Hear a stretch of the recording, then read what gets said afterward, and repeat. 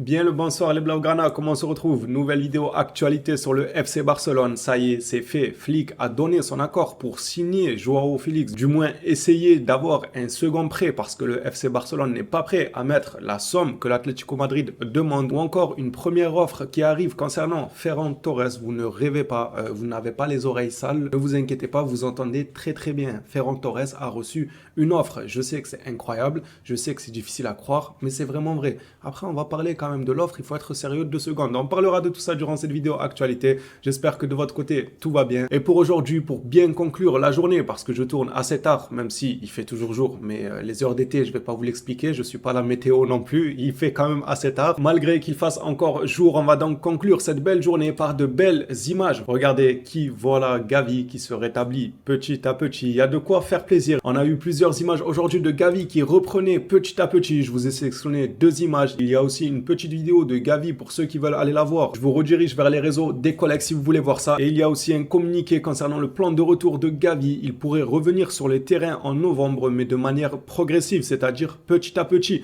On parle là de début 2025. Il sera peut-être de retour prêt à jouer à 100% car la récupération progresse de manière optimale et le genou lui-même répond déjà très très bien. Bon, ça reste quand même des bonnes nouvelles. Ça fait plaisir de le voir récupérer petit à petit, surtout sachant qu'il va sûrement être un élément clé dans la façon de jouer Hansi Flick parce que le gars lui aussi fait partie des joueurs qui ont 6 poumons, il fait partie des joueurs qui se tuent à la tâche, il se tue sur le terrain, il n'hésite pas à faire plus pour couvrir leurs coéquipiers. Je pense que ça va être une pièce maîtresse du jeu de Hansi Flick. Passons maintenant à l'offre qu'a reçu Ferran Torres et au fameux 1-1 que le FC Barcelone attend tellement d'y revenir. Selon Romero, si le Barça revenait au 1-1, l'intention sera de vendre 4 joueurs et d'en recruter 4. Alors est-ce que dans le recrutement de 4 joueurs on inclut Cancelo et Félix? Pour ma part, oui. Je pense que les 4 recrutements, on parle là peut-être d'un prêt de Félix ou un achat, on ne sait pas, à voir durant ce mercato.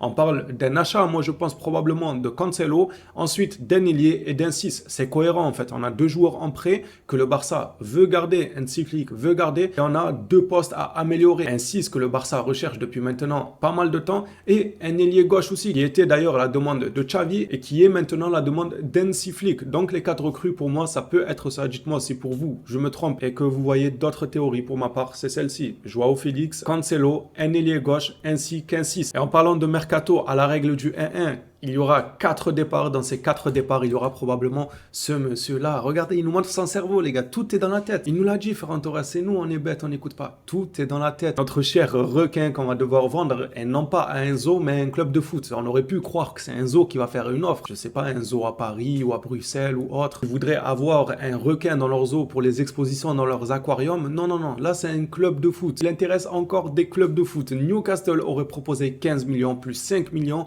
de bonus pour Ferran Torres, permettez-moi, mais c'est très faible. 15 millions plus 5 millions. Mais le dernier des joueurs de football de nos jours coûte 15 millions en fait. Je comprends pas. Moi, je suis l'Olympique de Marseille à côté. Il y a certains joueurs qui ont signé à Marseille. Quand tu vois des 15-20 millions jetés par la fenêtre et même dans d'autres clubs, 15-20 millions, c'est devenu la norme en fait pour un joueur plus que basique, j'ai envie de dire. Même un peu moins que basique. Même pas basique, même pas moyen. Un peu moins que moyen.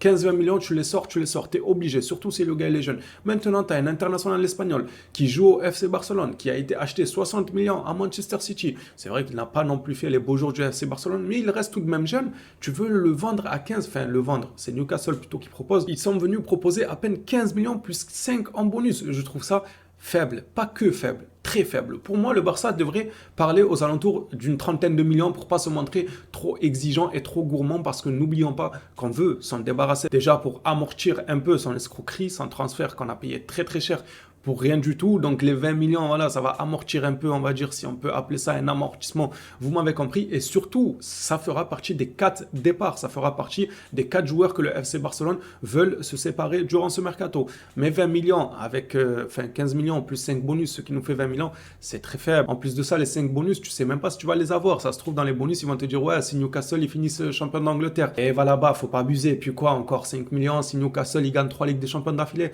Non, c'est très très faible. Pour moi, à la limite, ce qui serait raisonnable et qui coche, on va dire, toutes les cases. D'un côté, le club qui veut s'en séparer, le joueur qui voudra sûrement partir quand il verra que Hansi Flick ne compte pas sur lui, le club veut revenir au 1-1, il doit y avoir 4 départs, 20 millions plus 5 en bonus, on peut commencer à discuter. Et encore, pour ma part, l'idéal serait 25 millions plus 5 en bonus qui ferait une trentaine de millions. Au moins, on s'en sortirait bien sur ce dossier-là. De Ferran Torres, ça va être compliqué parce que les clubs, ils savent qu'on veut se séparer de certains joueurs et ils vont se jouer de ça. Ils seront en position de force. Passons maintenant au dossier Joao Félix. Hansi Flick est apparemment étonné du manque de jeu de Joao Félix dans les plus grandes rencontres de la saison passée au Barça. Sport nous rapporte que Hansi Flick ne comprend pas pourquoi Joao Félix a été si peu utilisé dans les moments les plus importants de la saison. L'entraîneur du Barça a toujours été clair.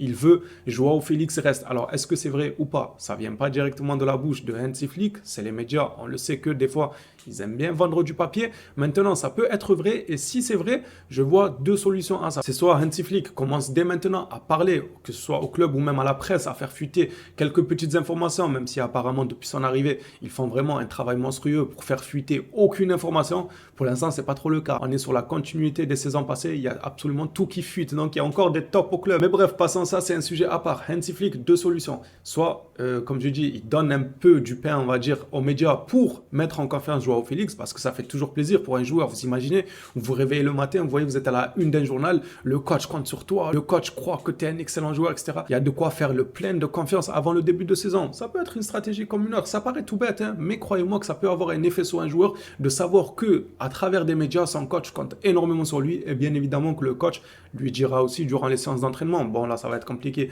parce qu'il y a l'Euro qui se prépare. Là, dès vendredi, on a déjà le premier match des Allemands. D'ailleurs, Félix a marqué récemment avec le Portugal, mais après le retour de l'Euro, Hansi Flick lui dira, mais là, il est en train de booster sa confiance, si jamais telle est la stratégie. Et la deuxième solution, enfin la deuxième théorie plutôt, selon moi, elle n'est pas très bonne parce que Hansi Flick, en disant ça, plutôt les médias en disant ça, ils vont faire que gonfler la tête de l'Atlético Madrid vis-à-vis de Félix. Ils vont dire, ah, votre coach le veut. Eh ben, écoutez, nous, on va le récupérer. Oui, mais non, prêtez-le nous une saison. On vous débarrasse du salaire et tout. Non, non, nous, on veut garder Joao et tout. Ils vont encore une fois se sentir en position de force. Et là, il faut vraiment mettre des grosses guillemets parce que l'Atlético Madrid, dans ce dossier, pour moi, ça va être compliqué qu'ils soient en position de force. Mais on leur donne un peu de crédit en disant que le coach veut absolument Joao Félix. Ils se sentiront un peu poussés des ailes et ils pourront négocier, répondre défavorablement à une demande de prêt ou à une demande du Barça de baisser un peu les millions en cas d'achat sec de Joao Félix. Voilà, ils vont se faire un peu désirer parce qu'ils auront l'argument de le Barça le veut, le coach compte sur lui et tout. C'est pas forcément une bonne idée pour moi de dire ça à la presse. Maintenant, je sais pas si cette théorie tient la route ou pas, vous me le direz dans les commentaires. Toujours avec Sport qui nous rapporte que Hansi Flick a bel et bien donné son OK pour la continuité de Joao Félix au club.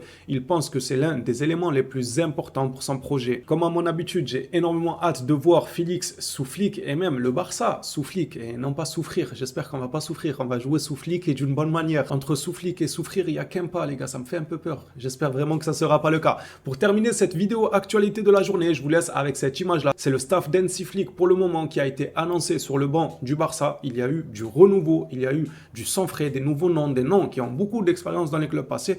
Et ça fait plaisir. Évidemment que je pense qu'il y aura une différence, mais on va réellement voir s'il y a une différence entre le staff incompétent de Xavi qui est venu du Qatar là-bas, qui n'a pas vu grand-chose, et un staff qui a fait les plus grands clubs comme la Juventus, l'Inter, Chelsea, ainsi de suite. On va voir s'il y aura une différence.